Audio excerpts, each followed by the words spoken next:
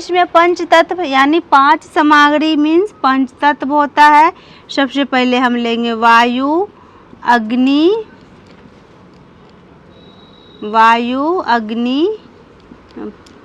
आकाश,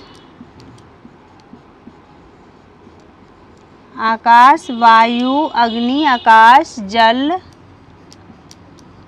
और पृथ्वी। ठीक है, देखिए गिनिए 1 2 3 4 5 इन्हें ही। तो हेलो बच्चों, सभी को नमस्ते, वेलकम है मेरे सानी जीएस क्लासेस में। कक्षा 9 का आज जो मैं साइंस करा रही चैप्टर फर्स्ट। ये जो है जितने भी बच्चे अभी न्यू क्लास में आए हैं, जो 9th क्लास में आए हैं, उसके लिए बहुत अच्छे यूजफुल होने वाला है। तो ये इस चैप्टर का नाम है हमारे आसपास के पदार्थ। ठीक है, बहुत बच्चे परेशान हो जाते हैं कि पदार्थ मीन्स होता क्या है। तो हम पदार्थ को समझते हैं। चैप्टर का नाम कितना अच्छा है, चैप्टर का नाम है हमारे आसपास के पदार्थ। ठीक है, तो इसमें सबसे पहले हमसे पूछा जाएगा कि पदार्थ कहते किसे। ठीक है, तो पदार्थ कहते किसे हैं, तो देख लीजिए पदार्थ क्या है। हम पहले बोल करके समझा देते हैं, बाकी बाद में हम इसको लिख देंगे, आप लोग नोट कर लीजिएगा। ठीक है, लिखने और समझाने से पहले अगर कोई बच्चे मेरे चैनल पे नए जुड़े हैं तो सबसे पहले मेरे चैनल को सब्सक्राइब कीजिए और नीचे जो लाल बटन उसे प्रेस कीजिए और फिर से जब मेरे वीडियो में आकर के आप मेरे क्वेश्चन को नोट कर लीजिए। ठीक है, तो मैं सबसे पहले समझाना चाहती हूँ बच्चों पदार्थ क्या है। ठीक है, तो पदार्थ, और वो भी हमारे आसपास के ही पूछ रहा है। ठीक है, तो इस विश्व में प्रत्येक सामग्री, जितनी भी वस्तुएं हैं, किसी न किसी सामग्री से बना हुआ है, अकेले खुद नहीं है, उसे पदार्थ कहते हैं। यानी कि कोई अकेला नहीं बना हुआ है। जल ले लो, जल भी हाइड्रोजन से बना हुआ है, ऑक्सीजन से बना हुआ है। किसी भी चीज़ को ले लो, वो कहीं ना कहीं दूसरे तत्व के सहायता से बना हुआ है। ठीक है, तो पदार्थ किसे कहते हैं, हम लिखेंगे इस विश्व में प्रत्येक वस्तु किसी न किसी सामग्री से बना हुआ है, जिसे हम पदार्थ कहते हैं। इस विश्व में प्रत्येक वस्तु किसी न किसी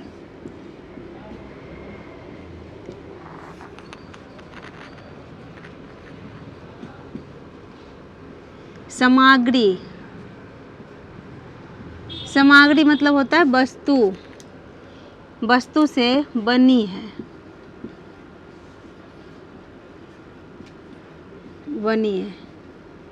जिसे पदार्थ कहते हैं। कितना आसान हो गया है, पदार्थ कहते हैं। उम्मीद करती हूँ आप लोगों को पदार्थ को समझ में आ गया है।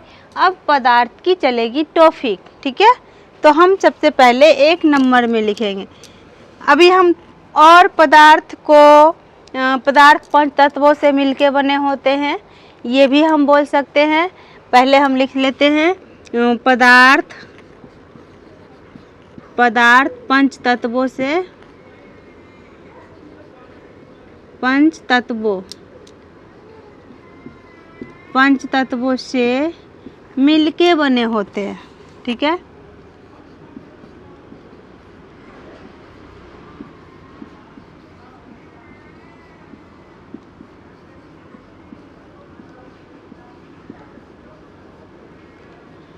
आप लोग को पंच तत्व के बारे में पता होगा। पंच तत्व किसे कहते हैं, वायु, अग्नि, आकाश, जल, पृथ्वी, ये पंच तत्व कहलाते हैं। ठीक है, तो हमने अभी क्या बताया, पदार्थ 5 तत्वों से मिलके बने होते हैं। अब इसमें पंच तत्व यानी 5 सामग्री मीन्स पंच तत्व होता है। सबसे पहले हम लेंगे वायु, अग्नि,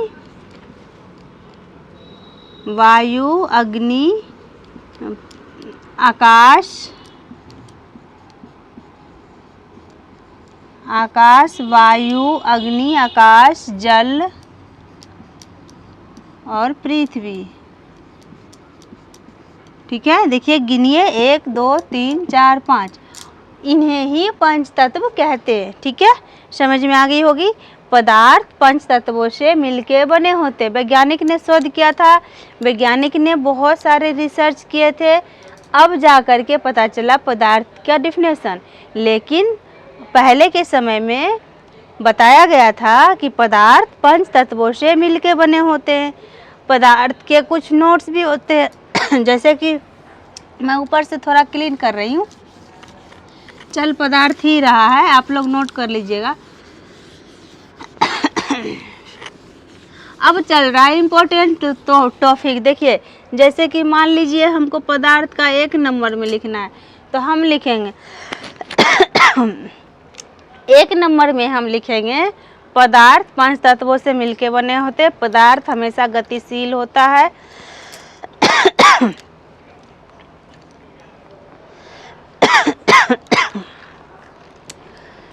एक नंबर में हम लिखेंगे पदार्थ हमेशा गतिशील होता है। पदार्थ के बीच रिक्त स्थान होते हैं। पदार्थ जो है अपने ओर आकर्षित करते हैं। पदार्थ की 3 अवस्थाएं होती है, ठोस, द्रव और गैस। ये सब हम लिख सकते हैं। ठीक है, तो हम सबसे पहले लिखेंगे कि पदार्थ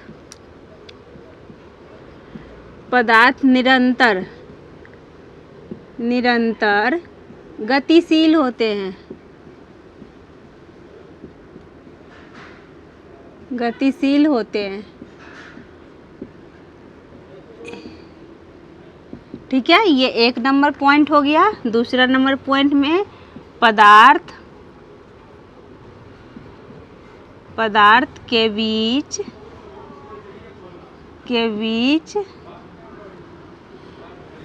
अत्यधिक रिक्त स्थान होते हैं। पदार्थ के बीच रिक्त स्थान होते हैं।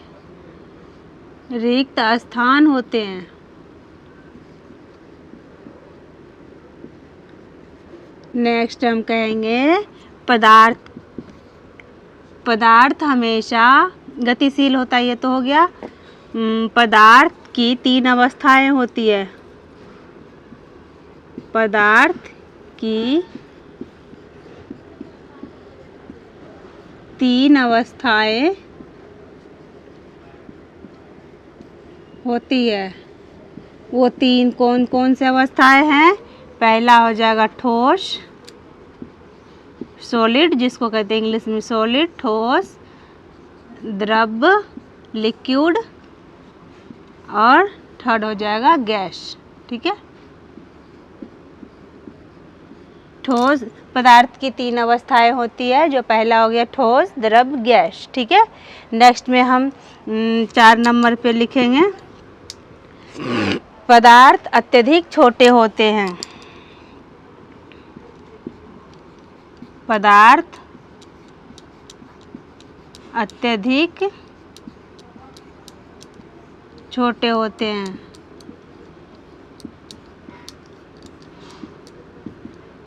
ठीक है, 5 नंबर में हम लिखेंगे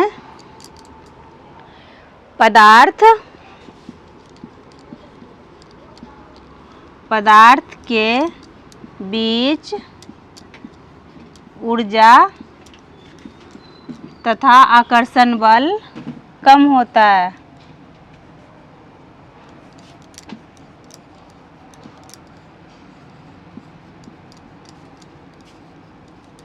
आकर्षण बल कम होता है। ये हो गया हमारे पदार्थ का कुछ डिफिनेशन। आप लोग अच्छे से नोट कर लीजिए। ठीक है, उम्मीद करती हूँ आप लोगों को पदार्थ को समझने में किसी तरह की कोई भी परेशानी नहीं हुई होगी। सबसे इम्पोर्टेंट इसमें हो रहा है तीसरा, जिसमें पदार्थ की 3 अवस्थाएं होती है।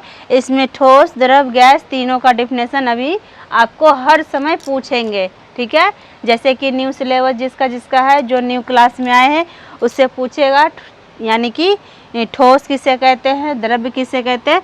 तो अभी जो मैं हूँ इसी हमारे आसपास पदार्थ के चैप्टर में पदार्थ होने के बाद अब हमारा जो है हेडिंग चलेगा ठोस का।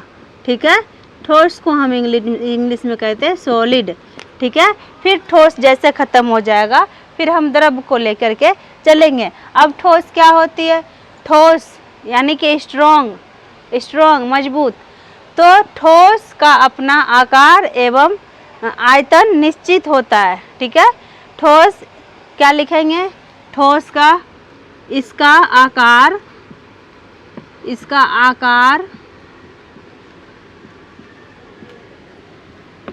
एवं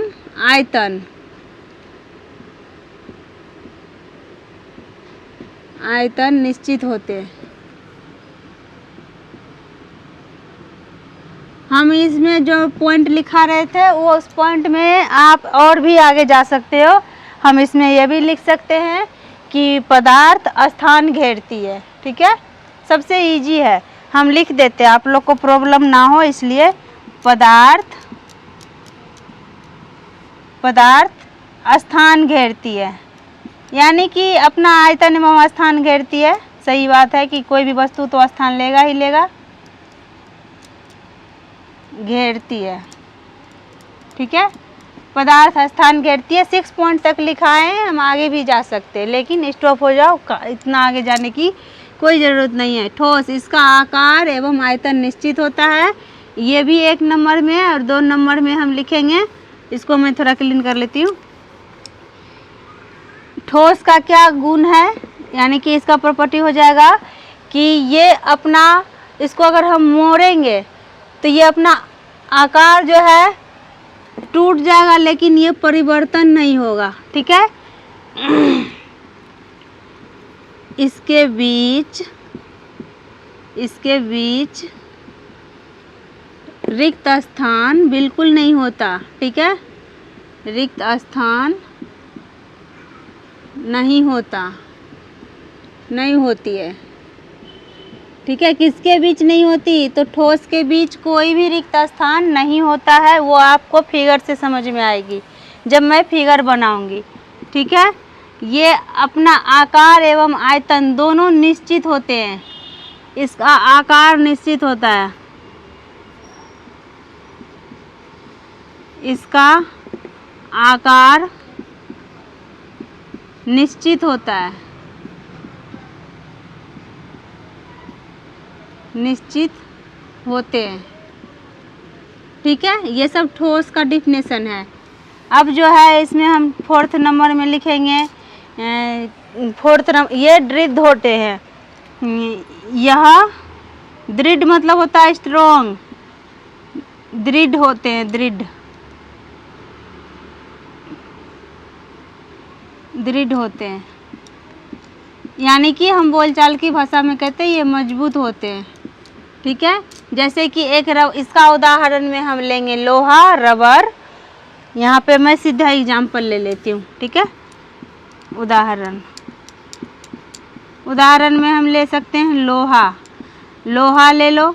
अब मान लीजिए कोई भी धातु ले रहे हैं तो धातु एल्युमिनियम जो है हार्ड होता है, लेकिन एल्युमिनियम को हर एक शेप दिया, सीधे लोहा या धातु ले लेते, डायरेक्ट धातु ले लेते, ठीक है। सभी धातु जो है ठोस में आते हैं, ठीक है।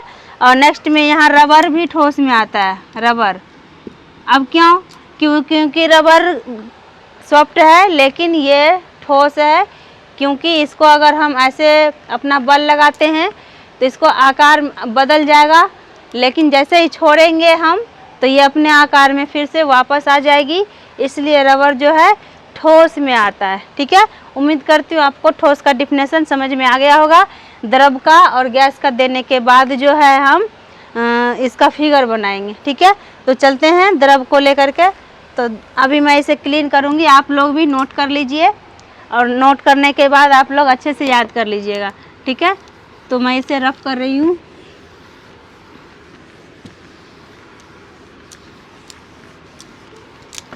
अब चलेंगे हम दूसरा पॉइंट, यानी द्रव को लेकर। द्रव को इंग्लिश में कहते हैं लिक्विड। लिक्विड में क्या होता है? बहाव होता है। इसको जिस आकार में हम रखेंगे उसी आकार का ये अपना आकार बनाएगा। मान लीजिए हम प्लेट में रखेंगे तो प्लेट के टाइप का बनेगा, बोतल में रखेंगे तो हम सबसे पहले लिखेंगे 1 नंबर में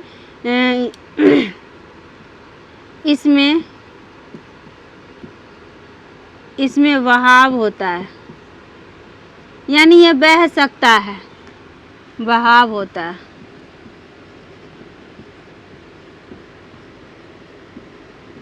ठीक है। अब नेक्स्ट दूसरा पॉइंट लिखेंगे कि इसका आकार तो निश्चित होता है लेकिन आयतन निश्चित नहीं होता है। अपोजिट लिख दो, ठोस का अपोजिट। इसका आकार निश्चित नहीं होता है, आकार निश्चित, अनिश्चित, आकार निश्चित नहीं होता है।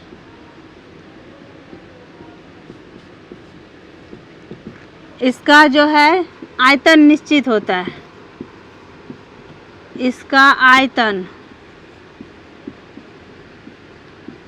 आयतन निश्चित होता है।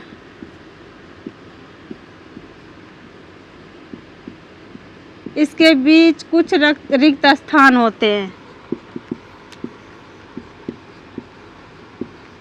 इसके बीच कुछ रिक्त स्थान होते हैं।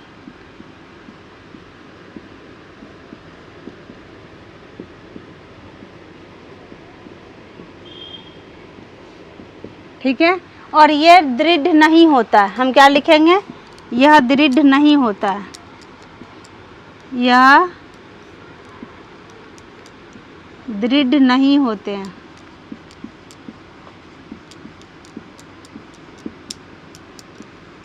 ठीक है। और इसका उदाहरण में हम जल ले लेंगे, मिल्क ले लेंगे, यानी कि उदाहरण में क्या ले सकते हैं, जैसे कि दूध हो जाएगा। पहले तो जल ले लो क्योंकि जल भी बह जाता है, दूध। और हम यहाँ पे लिक्विड वाले सामान जैसे तेल इत्यादि। ठीक है। आप लोगों को समझ में आ गया होगा कि द्रव्य किसे कहते हैं। अब बाकी एक हमारा बच रहा है गैस, उसे भी समझाने के बाद फिगर देंगे और फिर हो जाएंगे, छुट्टी ले लेंगे। ठीक है। तो आप लोग नोट कर लीजिए अच्छे से। किसी भी तरह की कोई परेशानी हो तो आप मुझे कमेंट करके पूछ सकते हो। ठीक है। तो अभी हम चलेंगे यानी तीसरे में, पदार्थ की जो 3 अवस्था होती है, तो 2 अवस्था तो हमने करा दी है। लास्ट अवस्था गैस है।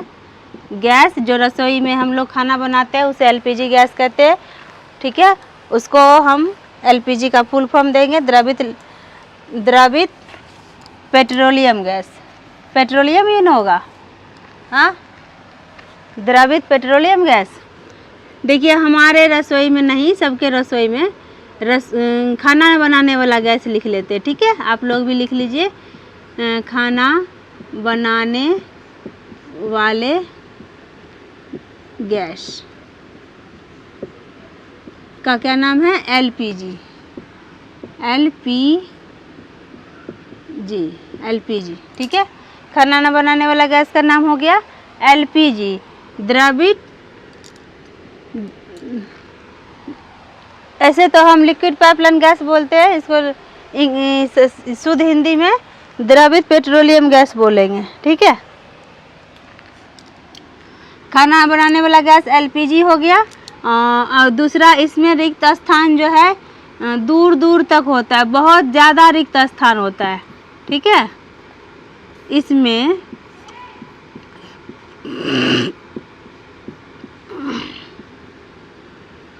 रिक्त स्थान दूर दूर तक होता है, दूर दूर तक होता है। और इसमें आकर्षण बल बहुत कम होता है।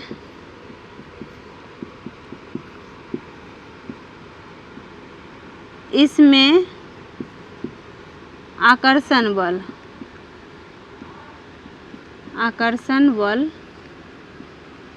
बहुत कम होता है, बहुत कम होता है। ठीक है। 4th नंबर हम लिखेंगे कि इसमें आकार एवं आयतन दोनों निश्चित नहीं होता है। ठीक है। इसमें आकार इसके लिखो या इसमें लिखो इसके आकार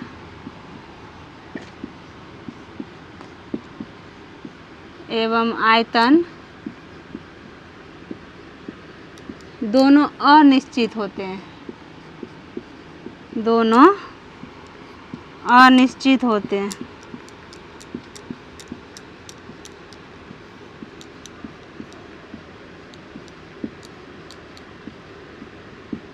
जैसे सीएनजी हो गया, कार चलाने वाली गैस, उदाहरण में हम ले लेते हैं एलपीजी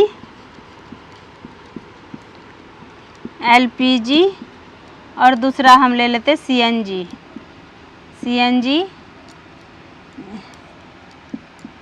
सीएनजी और तीसरा मान लीजिए अगर लेना है एग्जाम्पल में तो आप नाइट्रोजन, ऑक्सीजन और भी मीथेन गैस कुछ भी हम ले सकते हैं। जो ऑक्सीजन भी हो गई, कार्बन डाइऑक्साइड हो गया, मीथेन गैस हो गया, इन सब को हम गैस के एग्जाम्पल में ले सकते हैं। ठीक है, तो यहाँ से मैंने 2 लिखी हूँ और 2-4 बोल दी हूँ, आप लोग नोट कर लीजिएगा। और अभी हम चलते हैं इन दोनों के यानी ठोस द्रव गैस का फिगर के तरफ। ठीक है, तो इसको मुझे क्लीन करना पड़ेगा, आप लोग नोट कर लीजिए पहले। अभी मैं इसको रब कर रही हूँ, जल्दी जल्दी आप लोग वीडियो को पॉज करके रोक करके लिख लीजिए। ठीक है, तो इसमें क्या करना पड़ेगा, 3 फिगर बनाना पड़ेगा। ठीक है, 3 फिगर बनाना पड़ेगा इस तरह का। थोड़ा ऊपर कर लेते हैं ताकि दिक्कत ना हो।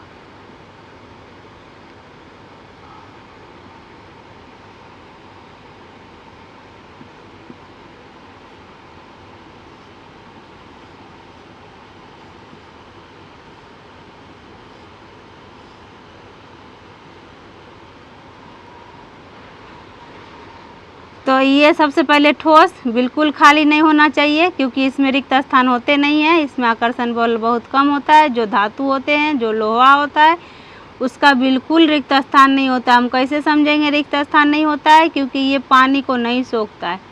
ठीक है, इसके बिल्कुल जो है रिक्त स्थान नहीं होना चाहिए, ये हो जाता है ठोस। ठीक है, समझ गए होइएगा।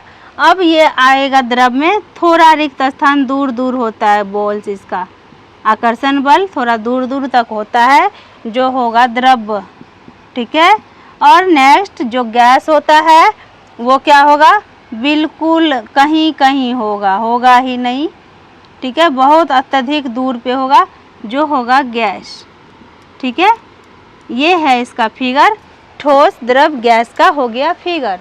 ठीक है, तो उम्मीद करती हूँ आप लोग को अभी पदार्थ और पदार्थ की तीनों अवस्था आप लोगों को समझ में आ गई होगी। फिगर शॉर्ट तरीके से दिया गया है, आप लोग को बिल्कुल इसी तरीके से बनाना है। ज़्यादा जो है हम उलझन नहीं झेलना चाहिए, क्योंकि शॉर्ट तरीके से ही हमें जो पेपर लिखना होता है।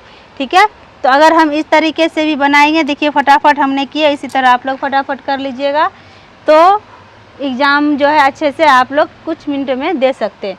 तो आगे का प्रोसेस रहेगा पदार्थ का भौतिक गुण, जो आपको नेक्स्ट पार्ट में मिल जाएगी। अभी फ़िलहाल मैं यही वीडियो को करती हूँ स्टॉप, आप लोग नोट कर लीजिएगा।